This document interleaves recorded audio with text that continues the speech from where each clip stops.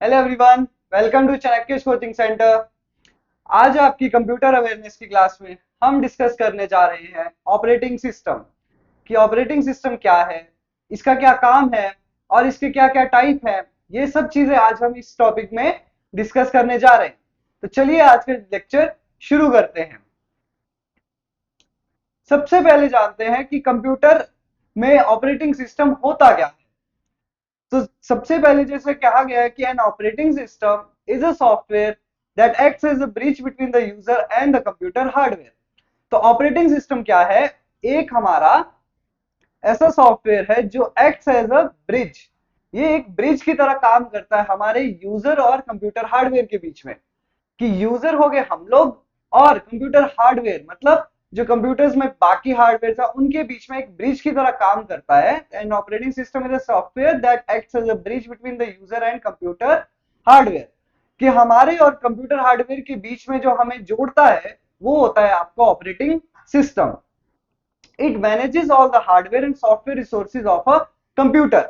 तो हमारा जो ऑपरेटिंग सिस्टम है ये सारे के सारे आपके हार्डवेयर और सॉफ्टवेयर को मैनेज करता है।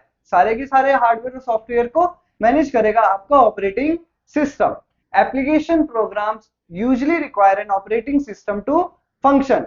जितने भी हमारी एप्लीकेशन प्रोग्राम्स होती हैं उनको चलने के लिए usually require an operating system to function. कि उनको चलने के लिए हमेशा ही एक ऑपरेटिंग सिस्टम की जरूरत पड़ती है। The OS manages system resources such as CPU, memory and storage. OS हुआ यहाँ पे हमारा ऑपरेटिंग सिस्टम।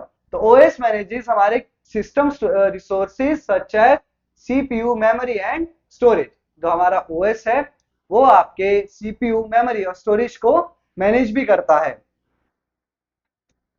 अब बात करते हैं आपके यूजर इंटरफेस की कि यूजर इंटरफेस क्या है। तो user interface is an operating system is the component that allows user to interact with the computer. The user interface in an operating system is the component that allows user to interact with the computer. User interface operating system एक ऐसा component है जो users को allow करता है computer के साथ interact करने के लिए। तो इसके आपके पास दो मेन टाइप हैं। आपके पास ओएस के या यूजर कहें यूजर इंटरफेस की दो टाइप्स है। पहला है आपके पास कमांड लाइन इंटरफेस और दूसरा है आपके पास graphical user interface. There are two main types of user interfaces, your command line interfaces and graphical interfaces. तो पहले बात कर लेते हैं हम कमांड लाइन इंटरफेस की। The command line interface is a text based user interface. जो हमारा एक कमांड लाइन इंटरफेस है एक टेक्स्ट बेस्ड यूजर इंटरफेस है। जैसे कि टेक्स्ट बेस्ड यूजर इंटरफेस हो गया कि सिंपल इसमें सिर्फ आप टेक्स्ट ही देख सकते हो और इसमें कुछ भी नहीं देख सकते हो। It allows users to interact with the computer by typing commands. अब जो हमारे यूजर इंटरफेस है जो कमांड लाइन इंटरफेस है वो क्या करता है यूजर को कमांड कंप्यूटर के साथ इंटरेक्ट करता है या करवाता है किससे? Bye typing commands. आप कंप्यूटर्स में टाइप कमांड करते रहो और फिर हमारा जो कमांड लाइन यूजर इंटरफेस है वो क्या करेगा? आपको कंप्यूटर्स के साथ इंटरेक्ट करवाता रहेगा। जैसे इसके प्राइम एग्जांपल है हमारे पास MS DOS and Unix. MS DOS जो है और यूनिक्स जो है वो आपका command line interface user based है। अब आपके पास दूसरा है आपके पास ग्राफिकल यूजर इंटरफेस। जो graphical user interface is a visual interface that allows user to interact with the computer through graphical elements like icon, buttons and menus. तो आपका जो ग्राफिकल यूजर इंटरफेस है बात सिर्फ यहीं से पता चल जाती है कि कमांड लाइन इंटरफेस में आप कमांड दे सकते हो सिर्फ टेक्स्ट में रहेगा और ग्राफिकल यूजर इंटरफेस है मतलब आपको ग्राफिक्स देखने को मिलेंगे। मतलब आप उसमें आपको आइकन्स देखने को मिलेंगे, मेन्यूज देखने को मिलेंगे, ग्राफिकल एलिमेंट्स भी देखने को मिलेंगे, आपको आपको फोटोज देखने को मिलेंगी। तो अब आपका जो ग्राफिकल यूजर इंटरफेस क्या है? इन सब चीजों को दिखा के यूजर का इंटरेक्शन करवाता है कंप्यूटर से। It is user friendly and intuitive making it accessible for beginners. अब हमारे जो ग्राफिकल यूजर इंटरफेस है वो क्या है? यूजर फ्रेंडली है, इंट्यूटिव है। इंट्यूटिव हो गया आपका जो बहुत इजीली समझा जा सके। तो ग्राफिकल यूजर इंटरफेस को हम बहुत इजीली समझ सकते हैं, चलाना किस तरह से है किस तरह से नहीं करना है। That's why making it accessible for beginners. जो मतलब नए नए कंप्यूटर सीख रहे हैं, चलाना सीख रहे हैं, उनके लिए इस चीज को चलाना बहुत ही इजी होता है। इसके एग्जांपल्स है आपके पास विंडोज, उबंटू एंड मैक। आपके एमएस विंडोज, उबंटू जो आपका सॉफ्टवेयर है और मैक जो आपका ओएस है, ये आपके ग्राफिकल यूजर इंटरफेस के प्राइम एग्जांपल्स हैं। अब बात कर लेते हैं कुछ करेक्टरिस्टिक्स ऑफ ऑपरेटिंग सिस्टम्स की। तो करेक्टरिस्टिक्स क्या है हमारे ऑपरेटिंग सिस्टम्स के? तो पहला है इसका, it provides communications between the computer hardware and software. तो आपका जो ऑपरेटिंग सिस्टम है क्या करेगा, यूजर्स के बीच में और communication between the computers hardware and software, आपके हार्डवेयर और सॉफ्टवेयर के बीच में जो कम्युनिकेशंस है उसको आपका ऑपरेटिंग सिस्टम प्रोवाइड करता है। It manages processes including multitasking and scheduling. जो आपका ऑपरेटिंग सिस्टम है वो आपके मैनेज करता है प्रोसेसेस को, कौन कौन सी, उसमें आपकी मल्टीटास्किंग एंड शेड्यूलिंग, कि आपकी कौन कौन सी चीजें एक साथ होनी है और कब कब होनी है, इस चीज को ऑपरेटिंग सिस्टम मैनेज करता है। It controls memory allocation and usage for running application. जो आपका ऑपरेटिंग सिस्टम है वो मेमोरी एलोकेशन को कंट्रोल करता है एंड यूसेज को कंट्रोल करता है एप्लीकेशंस को रन करने के लिए, कि एप्लीकेशंस में कितनी मेमोरी उनको देनी है इस एप्लीकेशन को चलाने के लिए, या किस तरह से इसका यूसेज होना है, उस चीज को भी आपका ऑपरेटिंग सिस्टम जो है पूरा का पूरा कंट्रोल करता है। It organises and manages data storage through a file system. ये क्या करता है, ऑर्गेनाइज करेगा और मैनेज करेगा आपके डाटा स्टोरेज को फाइल सिस्टम के थ्रू। कि हाँ, जैसे हम अपने कंप्यूटर्स में हर एक चीज सेव करके रखते हैं अलग अलग फोल्डर में, अलग अलग फाइल बना के, तो उससे क्या होता है, आपका डाटा ऑर्गेनाइज होता है, मैनेज रहता है लंबे टाइम तक एक अच्छे सिस्टमेटिक वे में। तो इसमें भी हेल्प आपकी कौन करते हैं, ऑपरेटिंग सिस्टम्स ही करते हैं। It ensures security and access control to protect system resources. अब ऑपरेटिंग सिस्टम ही क्या है, आपकी सिक्योरिटी को इंश्योर करता है और access control to protect system resources, और किसको कितना आपको कंट्रोल देना है आपके सिस्टम के रिसोर्सेज का, उसको भी कौन चीज कंट्रोल करता है, कौन चीज प्रोटेक्ट करता है, that is your operating system. तो ये थे आपके ऑपरेटिंग सिस्टम के कुछ कैरेक्टरिस्टिक्स। अब बात करते हैं हमारे फंक्शंस ऑफ ऑपरेटिंग सिस्टम, कि हमारे ऑपरेटिंग सिस्टम्स के जो फंक्शंस हैं वो क्या क्या हैं। सबसे पहला जो हमारा फंक्शन है that is your process management. पहला फंक्शन है हमारा प्रोसेस मैनेजमेंट। अब प्रोसेस मैनेजमेंट क्या होता है, the OS manages the execution of processes including scheduling, creation and termination. It allocates CPU time to different processes. अब ओएस क्या करता है, आपकी मैनेज करता है कि आपकी जो प्रोसेस है वो किस तरह से एग्जीक्यूट होनी है, कब होनी है, उसमें उनकी अब आपकी शेड्यूलिंग इंक्लूड होती है, उनकी क्रिएशन इंक्लूड होती है, और टर्मिनेशन मतलब किस टाइम होनी है, उनको किस तरह से उनका बनना है, या फिर किस तरह से वो प्रोसेस टर्मिनेट होनी है। ये सारे की सारी प्रोसेस को कौन मैनेज करता है, ओएस, आपका operating system. It allocate CPU time to different processes. अब सीपीयू का टाइम जो है वो डिफरेंट प्रोसेसेस के लिए भी एलोकेट करता है, कि हाँ इस टाइम ये प्रोसेस हो और उसके बाद ये प्रोसेस हो। नेक्स्ट है हमारे पास रिसोर्स मैनेजमेंट, कि आपके रिसोर्सेज की जो मैनेजमेंट है वो भी आपका ओएस ही करता है। The OS efficiently manages computer resources such as CPU, memory, storage and I/O devices. I/O devices का मतलब हो गया इनपुट एंड आउटपुट डिवाइसेस। तो आपका ओएस जो है वो एफिशिएंटली मैनेज करता है आपके कंप्यूटर रिसोर्सेज को, जैसे कि आपके कंप्यूटर की मेमोरी, उसकी स्टोरेज और इनपुट आउटपुट के डिवाइसेस किस तरह से एक दूसरे के साथ कम्युनिकेट कर रही है उस चीज को। नेक्स्ट है हमारे पास मेमोरी मैनेजमेंट।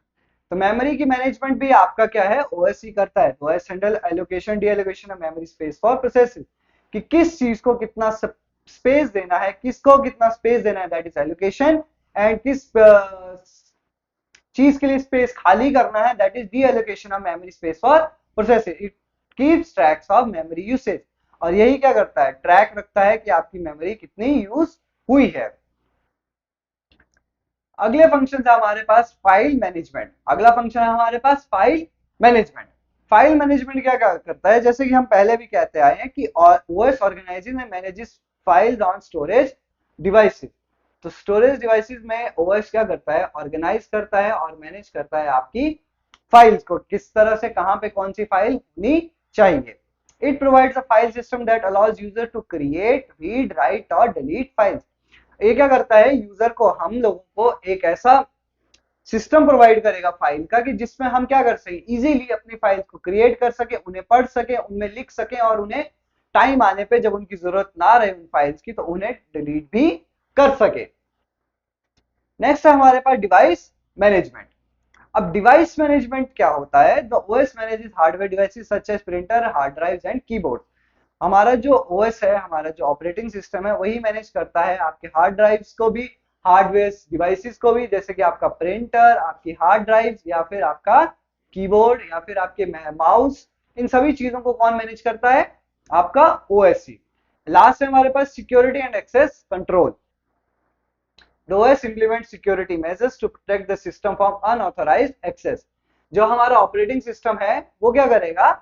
आपके सिस्टम मेजर्स को प्रोटेक्ट करेगा, आपको बाहरी जो जो भी वायरस वगैरह आएंगे उनसे बचाएगा, फ्रॉम अनऑथराइज जो आपका एक्सेस होगा उससे भी बचाएगा। तो ये सारे के सारे काम क्या है? आपके ऑपरेटिंग सिस्टम्स करता है। अब बात कर लेते हैं टाइप्स ऑफ ऑपरेटिंग सिस्टम कि ऑपरेटिंग सिस्टम्स के क्या क्या टाइप हैं। पहला है आपका batch processing operating system. Batch processing operating system क्या होते हैं? In this technique similar types of jobs are batch together and executed in time. अब इसमें क्या होगा? आपका सिमिलर टाइप्स ऑफ जॉब, जो जॉब्स आपकी सिमिलर टाइप की होंगी उनको एक बैच कर देगा, एक जगह पे इकट्ठा कर देगा और फिर एक ही टाइम पे एग्जीक्यूट भी कर देगा। That's why in this technique similar type of jobs are batch together and execute in time. जैसे यहाँ पे अगर हम देखें तो यहाँ पे डिफरेंट डिफरेंट जॉब्स हैं आपकी, तो इसमें क्या किया, कुछ जॉब्स जो थी वो एक बैच की थी उसको एक बैच में कर दिया और दूसरे बैच जो था अलग बैच में कर दिया और फिर उनको सही टाइम पे एग्जीक्यूट कर दिया। इसके एग्जाम्पल हैं आपके बैंक स्टेटमेंट और पेरोल सिस्टम्स। नेक्स्ट है हमारे पास single user OS. A single user OS design to support only one user at a time. अब सिंगल यूजर ओएस क्या है? एक टाइम पे सिर्फ और सिर्फ एक ही यूजर के लिए सपोर्ट करता है, एक ही यूजर के लिए वो काम करेगा एक ही टाइम पे। यहाँ सिर्फ उस पर एक ही यूजर काम कर सकता है। They are design to manage one task at a time. और ये किस तरह से डिजाइन किए जाते हैं? ताकि इनमें एक टाइम पे सिर्फ एक ही टास्क हो सके। और इसके एग्जाम्पल है हमारे पास एम एस डॉस। इसका एग्जाम्पल क्या है हमारे पास? M S DOS. M S DOS ऐसा सॉफ्टवेयर है जिसमें क्या होता है, आपके एक ही टाइम पे एक ही यूजर काम कर सकता है और एक ही टाइम पे सिर्फ और सिर्फ आपका एक ही टास्क हो सकता है। नेक्स्ट है हमारे पास multi user OS. Multi user OS या मल्टी यूजर ऑपरेटिंग सिस्टम्स कहें तो this OS is design to allow multiple user. This OS is design to allow multiple user to access the computer resources simultaneously. ये operating system design किया गया है ताकि आपके multiple user जो हैं वो कंप्यूटर रिसोर्सेज को एक साथ एक्सेस कर सके। आपके जो मल्टीपल रिसोर्सेज हैं या कंप्यूटर्स के जो मल्टीपल रिसोर्सेज हैं वो क्या कर सके, आपके जो मल्टीपल यूजर्स हैं उन रिसोर्सेज को एक्सेस कर सके एक ही साथ। Each user has a unique account and can run application, store files and perform task independently. हर एक यूजर का क्या होगा? अपना एक यूनिक अकाउंट होगा, अपना एक यूनिक अकाउंट होगा। उस पे वो क्या करेगा? एप्लीकेशन रन करेगा, फाइल स्टोर करेगा और परफॉर्म टास्क कर सकता है इंडिपेंडेंटली। मतलब उसको दूसरे को देखना नहीं है कि वो क्या कर रहा है क्या नहीं कर रहा है, वो सिर्फ अपना काम करे, अपनी फाइल स्टोर करे, अपने टास्क खत्म करे, उसको दूसरे से उस टाइम कोई मतलब भी नहीं है। तो it means each user has a unique account. तभी तो हर एक यूजर का अपना एक यूनिक अकाउंट भी होगा। This operating system manages and allocates resources like CPU time, memory and storage to ensure fair access for all user। अब यही ऑपरेटिंग सिस्टम क्या करेगा? डिफरेंट डिफरेंट यूजर उस पर एक साथ काम कर रहे हैं तो वो उनको मैनेज करेगा, जो आपके रिसोर्सेज होंगे उनको किस तरह से एलोकेट करना है, सामने वालों को किस तरह से देना है, उनको सीपीयू का टाइम किस तरह से देना है, मेमोरी कितनी देनी है और स्टोरेज कितनी देनी है, to ensure fair access to all user. ताकि इंश्योर हो सके कि सभी यूजर्स के लिए एक फेयर एक्सेस मिला हुआ है, सभी को बराबर का एक्सेस मिला हुआ है हर एक चीज का। इसके एग्जांपल है हमारे पास Unix, Linux, Windows server, Ubuntu and mainframe operating system. Multi user OS के एग्जांपल्स हैं आपके पास Unix, Linux, Windows server, Ubuntu and mainframe operating systems. Next है हमारे पास type multi user processing OS. Next है हमारे पास multi processing OS. Multi processing OS क्या होता है कि multi processing system more than one CPU is used for the execution of the resources। पहले क्या था कि एक ही आपके पास प्रोसेसर था, बट यूजर आपके पास बहुत सारे थे। अब की बार क्या किया है कि हमारे पास जो प्रोसेसर है या फिर कहीं सीपीयूज ही है, वो ही एक से ज्यादा है और is use for the execution of resources. मतलब एग्जीक्यूशन ऑफ रिसोर्सेज के लिए अब हमारे पास एक से ज्यादा सीपीयूज है। It is also called parallel processing system. इसे क्या कहते हैं हम? पैरेलल प्रोसेसिंग सिस्टम कहते हैं। This setup is commonly used in server, scientific computing and applications that require heavy processing power.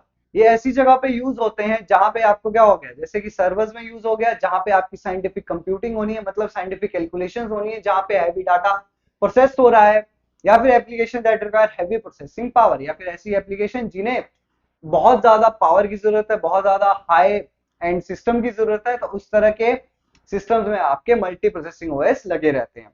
It allows faster data processing and better performance for complex task.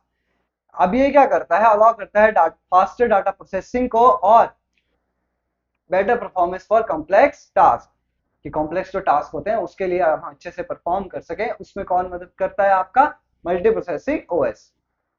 इसके हमारे पास एग्जांपल है Windows XP, Unix हो गया, and Windows NT. Next है हमारे पास multitasking OS. Multitasking OS क्या होते हैं? They are design to enable multiple application to run simultaneously. Multitasking OS जो है वो इस तरह से डिजाइन किए गए हैं ताकि इनमें जो है मल्टीपल जो एप्लीकेशन है वो एक साथ चल सके। These are design to run applications to run simultaneously, to enable multiple applications to run simultaneously। It manages this by quickly switching between tasks, giving each one a small time slice to execute।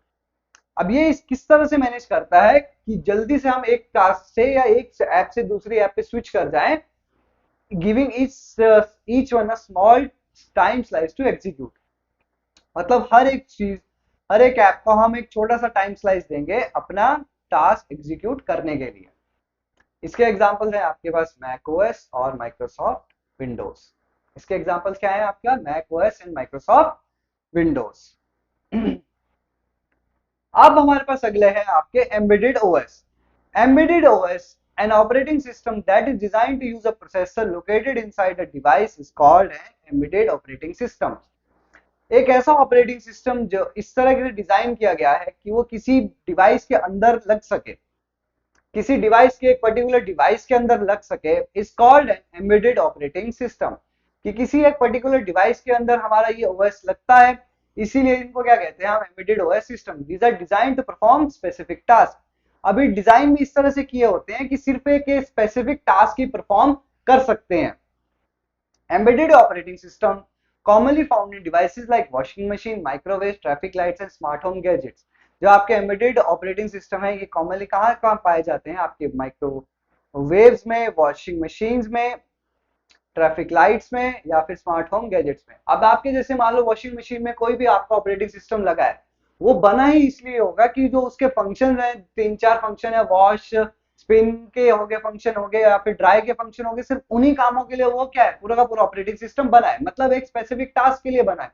तो इस तरह के जो operating systems होते हैं, इस तरह की जो डिवाइसेस होती हैं जो एक स्पेसिफिक टास्क के लिए बनी होती है, तो इस चीज को कहते हैं हम एम्बेडेड ओएस या फिर एम्बेडेड डिवाइसेस। नेक्स्ट है हमारे पास network OS. These systems run on a server। अब ये systems कहाँ पे चलते हैं? आपके एक सर्वर पे चलते हैं and provide capability of to manage data, user group, security application, other network functions।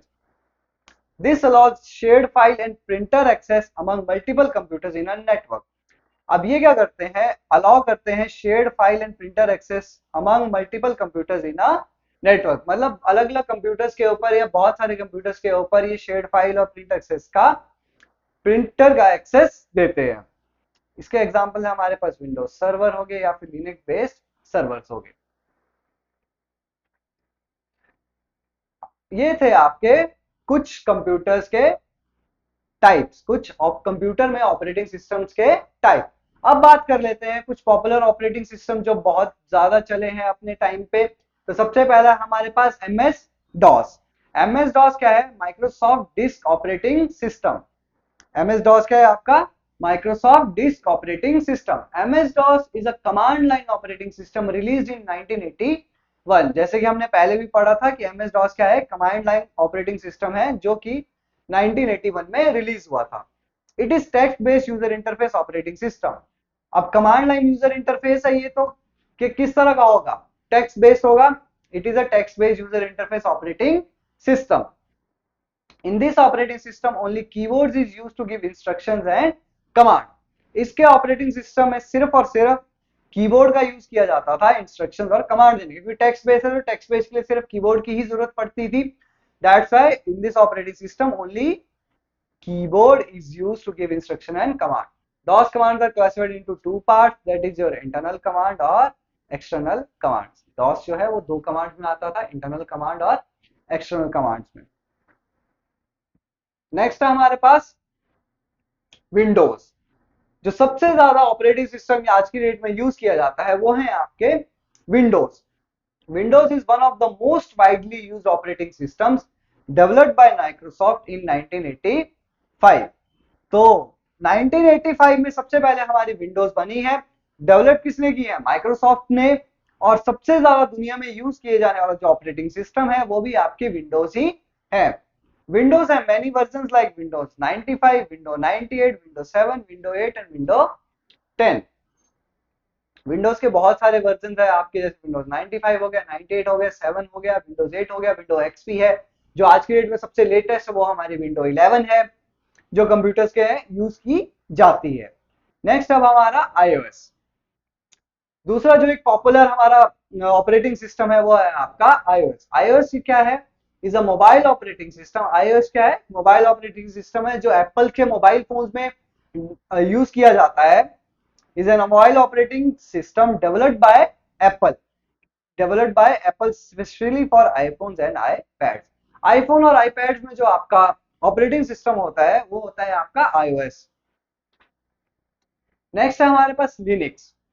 Linux is an open source multi user operating system kernel that was first created by Linus Torvalds in 1991. Linux क्या है, हमारा open source multi user operating system है. Linux क्या है, हमारा एक open source operating system kernel है that was first created by Linus Torvalds. जिसे किसने बनाया था, Linus Torvalds ने. कब बनाया था, 1991 में. उसके बाद एक और पॉपुलर ओएस की बात करते हैं, that is your Chrome. Next जो आपका एक बहुत पॉपुलर ऑपरेटिंग सिस्टम है वो है आपका Chrome. It is a Linux based operating system developed by Google in 2009.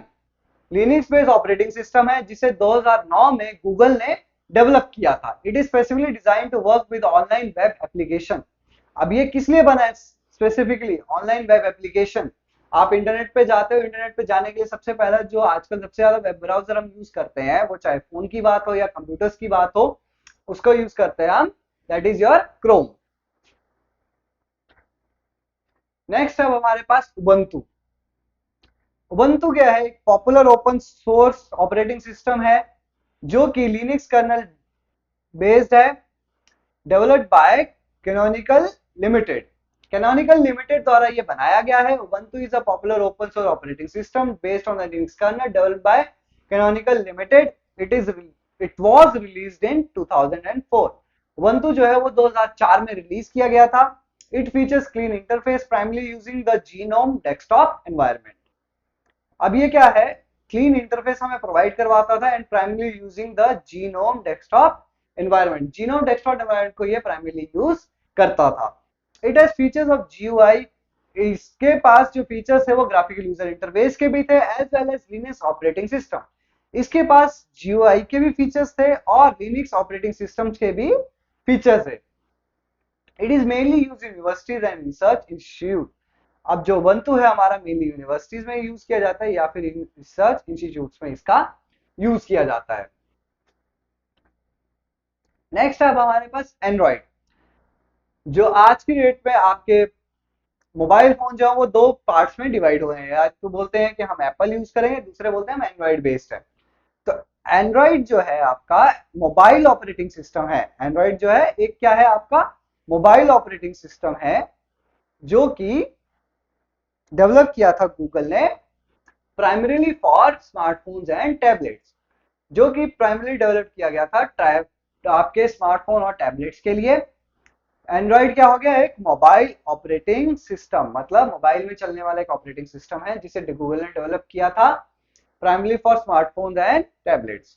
It is based on the Linux kernel, ये किस पे बेस्ड है, लिनक्स कर्नल पे बेस्ड है, and is known for its wide range of application, और ये किस लिए जाना जाता है, अपनी वाइड रेंज ऑफ एप्लीकेशंस के लिए जाना जाता है। Some popular mobile operating systems are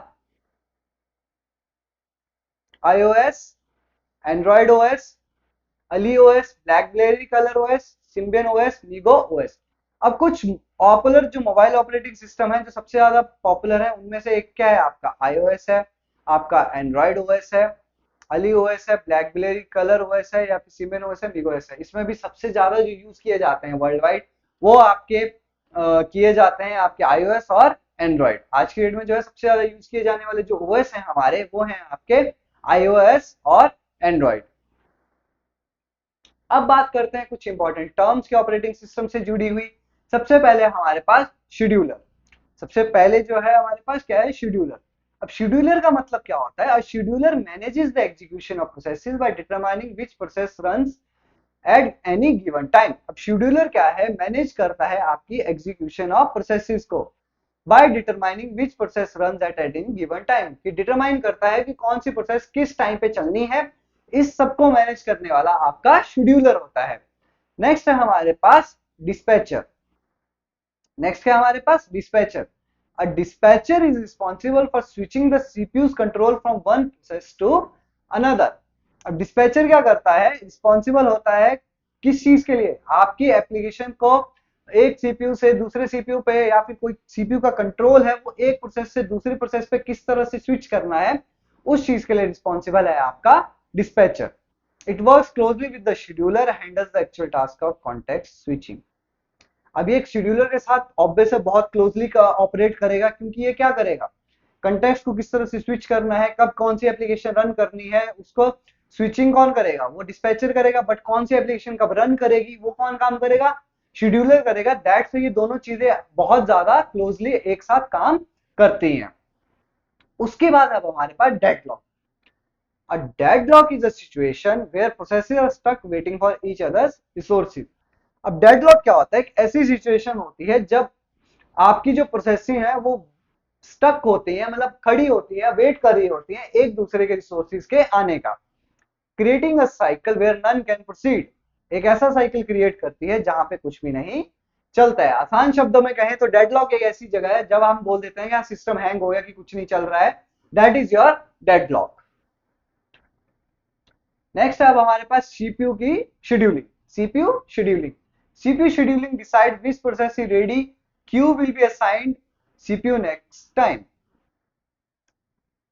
अब सीपीयू शेड्यूलिंग क्या करता है, आपके कौन सी आपकी सीपीयू में कौन सा टास्क कब चलना है, अब अगला कौन सा चलना है, उन सभी टास्क को क्या करेगा, एक क्यू में रख लेगा, एक कतार में रख लेगा कि हाँ अब ये काम है, अब उसके बाद ये काम चलेगा।